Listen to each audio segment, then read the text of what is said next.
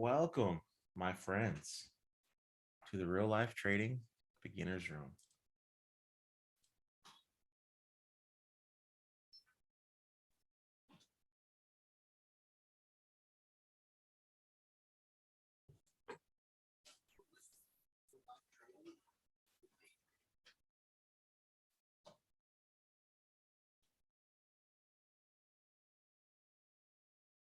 What's going on? My name is Tony Pollock. Welcome to Real Life Trader Beginning Show here on YouTube and live, of course, in our trading room. Hope everyone's doing well. Had a good night's sleep, ready to make some money here in these markets. We were waiting, right? Week's been slow. Finally, we get our gap outside the range of the previous day. So let's dive in. If you've got some tickers you want me to take a look at to see if it might be a potential gap we want to trade, put them in the chat pane and we'll get going with that. So, all right. Pouring in right now. Let's dive into the markets and get an idea of where we're at. If we look here, this wick, as far as I could tell, doesn't exist. So this is an open gap here on the market. We are screaming to fill this gap. Screaming to fill this gap. So I feel like 460.40 is an almost lock for today. I'd be shocked if we didn't get there. Now, this is a retest gap, right? This is a bear candle that finished very bearish. That's gapping down now on higher inflation news. So it is worse, which means they're expecting the Feds to say, you know what, we're going to have to taper faster, and that should push the markets down a lot more. I am looking short on these markets, though, for sure. We're gapping into a little support. As always, gaps normally go to support. So if you can find a gap that's past a support on the downside, that's even stronger. We are gapping down, right? We closed at the support. We're gapping down to the next support. I do think we'll get a little retracement. If we just dive out the gate, that's going to be even weaker. I'm going to wait for some retest to come in a little bit later and then that rollover back down. So I don't want this to gap down too much more, honestly. If it keeps going lower, it's just eating up into my profits because my target's here. So preferably at pre-market, I would love for us to bounce back up, get close to this resistance, and so I can get a short in there and then give me a lot of room down, right? That's the goal. That's what I want. We'll see what it actually does. We'll jump onto a 5-minute here in just a second and get an idea of what the price action is looking like. But it's a retest gap. We're going to need to retest just a little bit. And then 460.40 is my target for today. We'll see what happens down there and how much volume will step in. This does look like pre-market. We will try to rotate just a little bit. I don't know how high we'll get, but this is what I'm expecting to have happen. So jump on over to the Qs. Qs, the same story. Qs, we're pretty much filling the gap already with today's gap. So we'll see if we get some retesting happening bullish on this. We'll see what happens. It says being mostly cash today. There you go. Me too. Jeremy, what's up, man? What's good out there in the YouTube world, my friends? We got a couple tickers coming our way. I'm Dad Witt. Welcome. Thank you. Good morning. Good morning, Hunter. What's happening? Like, give me the first like of the day. That's what I'm talking about. Thank you. We got a packed house in here too. Christine's here. Cam, good morning. Thanks for the shout out. Albert, good morning. Yeah, let's do this thing. Qs, I do expect to fade bullish at the open. The gap is pretty much back into the support, but it is possible for us to get down even lower, like 382-ish. I feel like the SPY is a little bit weaker looking on the chart than the Qs today. We'll see. We'll see how that plays out. IWM, actually just kind of hanging out. DIA is gapping down like normal. We got some gaps in here that need to be filled. No shocker there. So I'll go ahead and tell you out the gate, the gaps that I'm looking to play today. Okay, so the SPY is one I'm looking to go short on. The next one is Tesla. Tesla, we are gapping down below the hammer that formed, right? This hammer formed. We've been selling tons of credit spreads on this thing. It's been working out really well off of this hammer. I'm glad we're not in one now because it looks like we're going to be heading lower. I will be looking for some sort of bull put spread down here, though, possibly. If we can get down to around 900 today, I feel like that's the target for today. 900 is just screaming to happen. I love the short on Tesla. It's a retest gap again. So give it 10 to 15 minutes after the market's open. It's going to be tough. It's going to be like, oh man, I just want to do this. Let's short this right now because it's going to leave without me. It's a retest. Let the bears take their profits. Let it move up a little bit, try to fill the gap, and then go back lower. There's a chance it's not going to do that. There's a chance it just dives. This is a very strong gap down. So we might not get a very long retest. That's okay. I'm okay missing this, but if I can tell the stock what to do and it listens, that's my plan. So Tesla and the SPY today are what I'm planning on shorting. I really like Tesla. It's probably my favorite gap so far in the day, but let's get into some other tickers. Again, if you have them, throw them at me. I'm happy to take a look. Let's see if we can't find something that'd be worth trading together. NEO, get that perspective here. NEO is a pretty good gap that's gapping down. It's down 4% already. And it's kind of like everything right now, right? I feel like NEO could retest some of these lows. We've got a support at 30.95. So we'll see. It's got some support in the way here. It's decent. It does look like a bear S curve, right? Coming down, rotate up, and then go lower.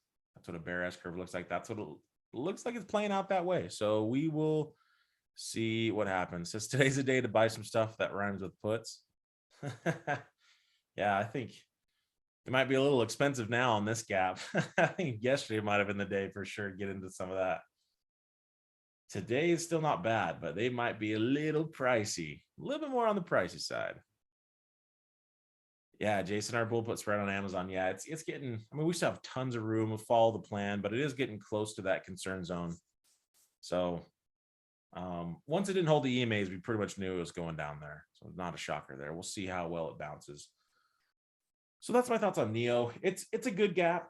I think there's other gaps out there that are trapping a little bit more. G Young, thoughts on the SPY? You just missed us, so you have to rewatch the recording, my friend. We just talked about it, so sorry. You can just hit the little rewind button on YouTube. You can see what I said on the SPY. All right.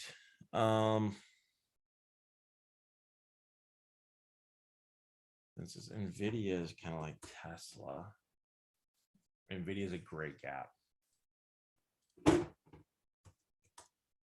NVIDIA will go on the list.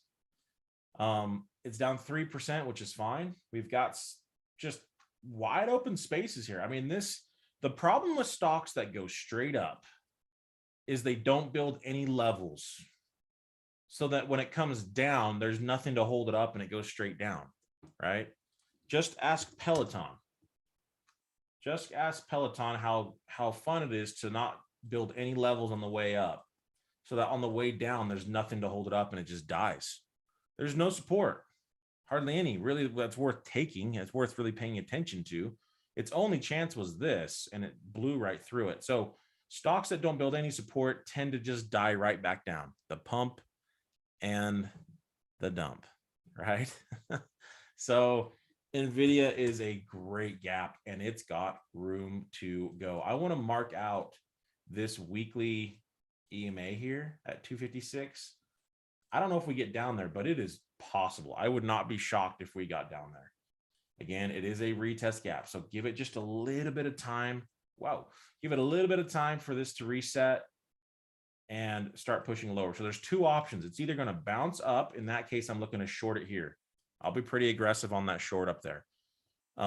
If it just runs down out the gate, I'm going to wait for a little retest and an entry somewhere here, and then try to rotate that lower. So that's the plan. Okay. NVIDIA is awesome. That's a great gap. I just need this to stop moving down, right? It just needs to hang out, stop going lower before the market opens. It's just eating into our profits. So go a little bit higher before the market opens, please. MRVL.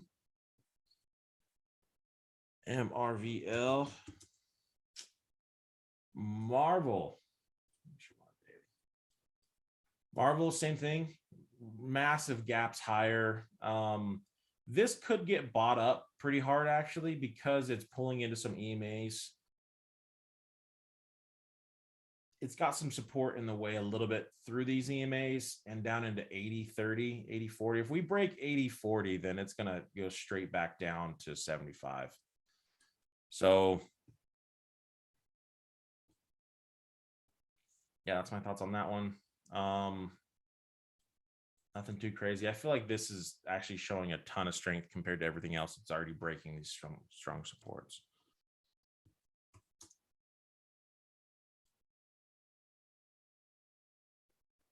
Jason, what happened with Lucid?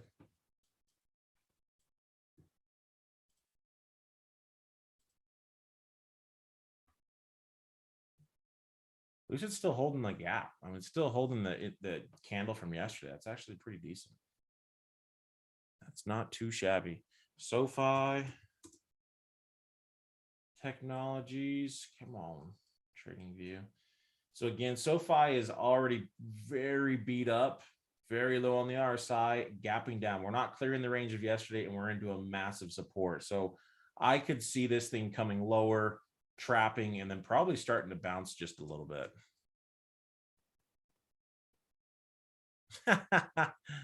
All good, Jason. So that's my thoughts on SoFi. It's already pretty beat up. That's not the greatest short in the world, in my opinion. I'd find something more people are trapped on. I think everyone pretty much knows SoFi is bearish and coming into a support. So AA is gapping up, a little something different than the markets. The only problem is it's just not outside the range of yesterday. So I feel like this will be very choppy. If you can find some gap ups outside yesterday's candle, so higher than yesterday's candle would be strong. If this was very strong, it'd be up here, 50.38 at the open. I would love to see that. We could play that long. But inside range of yesterday, make sure I'm on a daily. I am.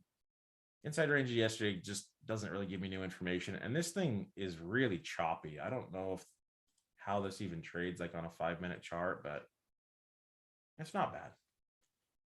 Slowly starting to die off a little bit pre-market, but I think this will be a little bit of a chop fest today.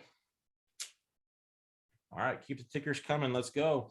Either that or questions. I mean, I've pretty much got my main ones I'm going to be trading locked in. So today might be a good day if you guys just have questions on the markets, questions on trading, things you're struggling with, whatever you'd like to do, whatever you want to talk about. Today's a pretty good time to talk about it pre-market. So this is your chance. Free coaching session. Throw it at me. Boeing is a good gap. Yep. It's clearing a pivot. We do have some support right in front of us still, but it is trying to rotate lower. We've already had a retest gap, and now we're having a second one, which might cause us to go a little lower, but could bring in some buying actually, just because it's too low. But it looks weak. I do think it's going to go down to 189.90 again. This weekly support, just it kind of makes sense, right? Actually, it might even go a little bit higher than that. 192 ish is a pretty good target for today. So that looks like it's playing out down there. So see what that does. It's okay. I feel like I like the stocks that are a little bit more bullish that are now gapping down. I feel like more bulls are trapped. All the bears are just, they're profitable on this one, hoping it can go a little bit lower to targets. Still looks bearish though, for sure. Looking good. AMC has been very, very beat up, very low on the RSI, which means it's probably not time to go short on this. Whenever you're oversold on the RSI, it's a good idea to think that you know, this, if it's oversold, if it's down low on the RSI below 30, it's probably the time to start looking long, maybe. Not necessarily look short. So this gap down is a pretty big gap down. It's 11%. This might be one to fade back bullish just a little bit today. So we can keep this one on our fade list for AMC. Doesn't necessarily mean I'm going to go bullish on it, but it's one you could think about. Get rid of some of these guys. Remember yesterday what we talked about with Hog, how not to go long, right? Gapped up and then went a little bit and then just crushed lower. So we knew that because it was a lot of people stuck in here that are probably looking to get out of this thing on a little push higher into a resistance on a massive gap. Just putting people behind the candles. Doesn't always work. Nothing is absolute in the markets, but I just saw this because it was on the list I was deleting. So again, just putting people behind the candles, reading sentiment is a great way to get an idea of what the stock might be doing. He says, let's see, I've been struggling with entry and exits via day trading. Can you give me some tips? Of course. Yeah, I can give you some tips. So tip number one, you'll notice I'm on the daily chart a lot when I'm analyzing day trades. They're like, why aren't you on a 5 or 3 or a 1 minute? Because I want to get a perspective of what this thing is doing. Like on Hog, if I'm just looking at the 5-minute chart on this thing, and I'm just looking at this, I'm going, this thing is just, let's go, baby. This thing's going to go to the moon. If you pull out to a daily chart, get this back trade off, pull out to a daily chart, you realize, oh crap, we're at to a resistance. Overall, in the big picture, this thing's been falling off. So I know there's bulls trapped in here that want to get the heck out. That have been thinking for months, man, if I could just get back to break even and then gap up back to break even and they're getting the heck out, right? So the daily chart's going to give you an idea of what the bigger picture looks like, where the stock might be going for the day. And that ties into entries and exits because you need to be able to realistically put targets on that are doable, right? If I show up on the gap today and I go, my 2R target is at 50, that's just not doable. It's very small chance it's going to happen, right? Using the daily resistances as a chance to figure out, where this thing might go to. I thought we would probably get to there. We popped up. So if you were going to go bullish, that would have been it. Like that, this neckline right here, that's where you have to be getting out. So you've got to pick daily resistances and look and see what this candle is probably going to look like, where it's going to go. That's going to help you a lot with your exits. That's going to help you a lot with your targets. Your targets need to be around supports or resistances. So if I look at the SPY today, right? What targets are we realistically looking to get to on a short? I marked it already, 460.40. Why is that? Because I have all these wicks right here. I have a wick here, and all of these right here. What does that tell me? That tells me that people have been taking profits and buying. It's a level interest. It's a resistance, now a support, right? So that's an area that I want to be taking profits at. What about this right here? Right? Bounced right there, and that's pretty much. So it's not as strong, but it is something to pay attention to. So when I go back and look at this thing on a 5-minute chart, I can now look at these lines and say, this is potential place where I want to be taking some profits. So if I set up my trade for a short and I get in right here and my stop's up here, and I look at this and I go, oh, this is only a 0.4R target. I want a 1R target at least minimum for my first target to support. This trade doesn't make any sense. So that's tip number one. If you're doing this trade right here, right, enter here, stop up there, and your 1R target is down here, and you go, okay, this is my trade, and you get filled and it's a good short and it comes down to here, and then it bounces and it never hits your first targets here, and it never hits your first target, you're like, oh, I just can't do it. It almost gets to my 1R, or it barely gets to my 1R and then reverses. That's because your entry and stop are probably giving you unrealistic targets. So if I were looking to set this up, I would not do this trade, because on a daily chart, I already marked my supports where this thing realistically is probably going to get to. Could it go lower? Of course. Could it not even get here? Of course. But this to me is something that I want to pay attention to and at least put targets at. I want to be taking some profits at.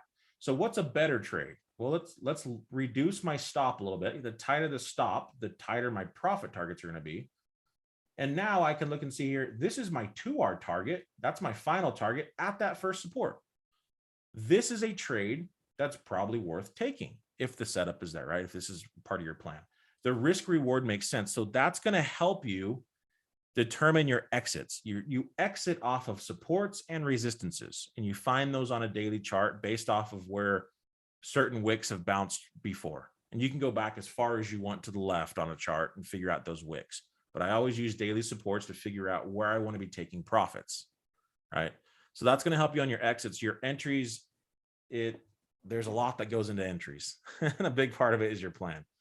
So that's my little 2 cents on that. But my first tip to you would be, make sure you're giving the right expectations to the move of the day. And you do that by finding and labeling your supports and resistances that are closest to where the price is. And then when you're setting up your trade, when the market opens, you are using those supports to tell you where you need to be taking profits. Nicholas, what's up, my friend?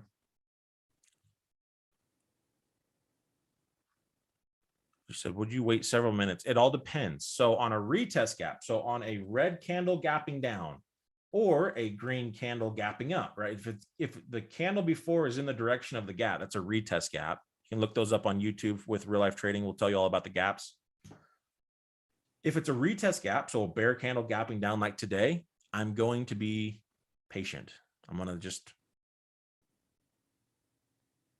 be patient, right? For a gap and go, so a green candle gapping down, you can be a little bit more aggressive, but honestly, starting out, I always wait 15 minutes.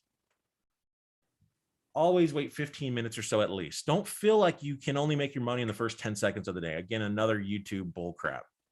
Now, can you make a lot of money in the first 15 seconds of the day? Sure. But for traders that have been trading for a very, very long time and have a reason why they're doing what they're doing, you don't just get in the first 5 seconds because you're trying to catch a move, not really knowing why, right? What I do is I let the market show me their hand. I sit back and say, okay, well, I think we're going to go bullish. And so it comes in, puts in a nice double bottom and goes, and then does boom, and it falls down. I'm like, okay, all right, well, the markets are not bullish today. If I would have got in bullish really quickly in the first few minutes, I would have been stopped out. I'd have lost an R, which is okay. But give it some time. Let it put in some candles.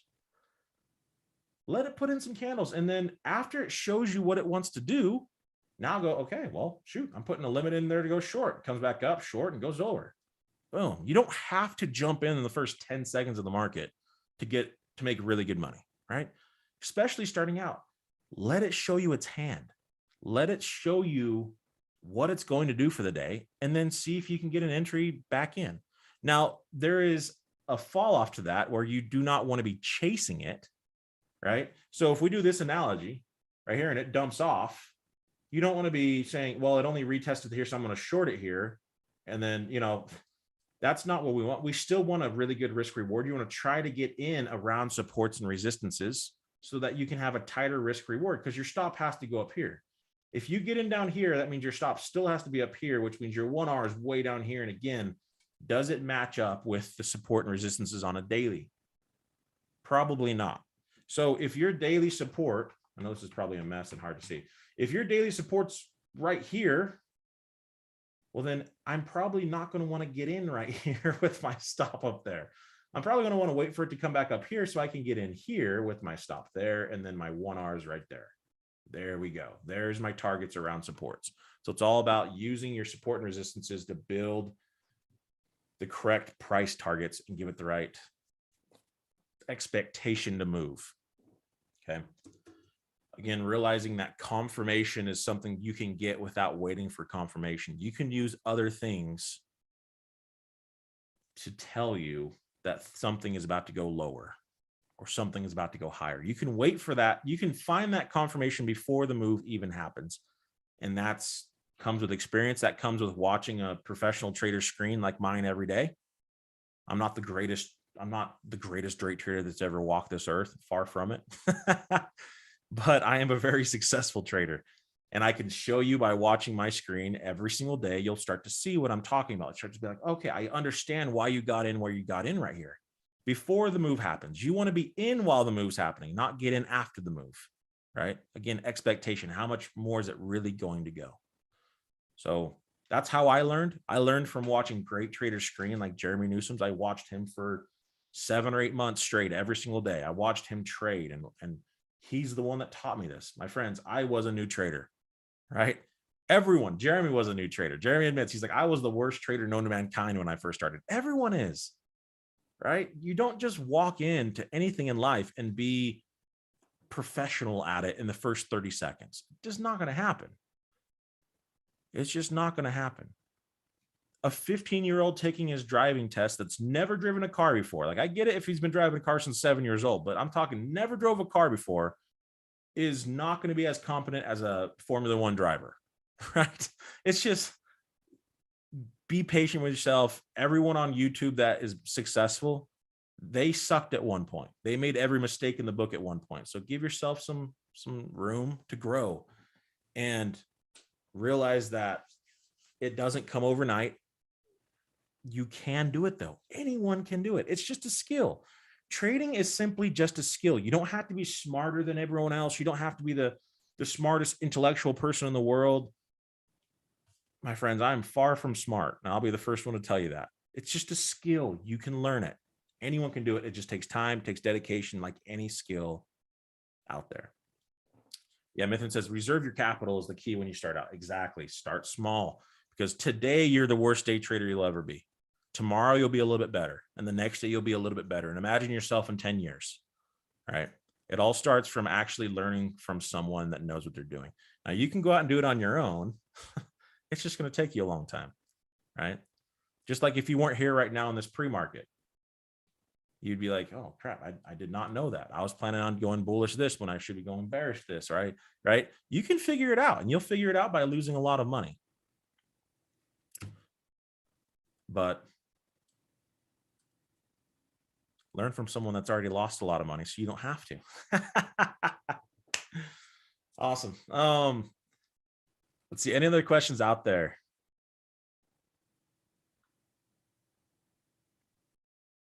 Any other questions out there before we start the day out? We've got 2 minutes-ish. Trying to see if there's any other questions I missed previously. He says, do you wait 15 minutes because you want to see the feel of the market? Yeah, sure. Yeah, just kind of see what the idea is. Once you understand what the market should do, look to see if it does what you think it's going to do, or even better, look to see if it does the opposite of what it should do. When it does the opposite of what it should do, that's where people are trapped. That's where big moves can come in.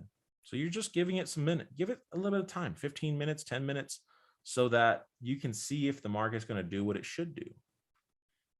The SPY is just still rocketing down. I mean, it needs to stop. This is my profits right here. It's going to gap all the way down to the supported open. Getting back in after a big loss. Chris, I would say understand why you did that loss. Don't let the loss go to waste. Learn from it. Why did you have a big loss? Successful traders control risk. New traders are all about how much money can I make. Profitable traders, professional traders are all about how much money can I lose. Okay. So you got to change your mindset. Instead of thinking how much money you could potentially make, you got to start thinking about, what is my risk? Manage your risk. Right. Good stuff. All right. That's pretty much it for us. here on YouTube. Thanks for hanging out with us. Enjoy the day. Go make some money. Follow your plan. Control your emotions. And we'll see you back tomorrow. Bye, guys.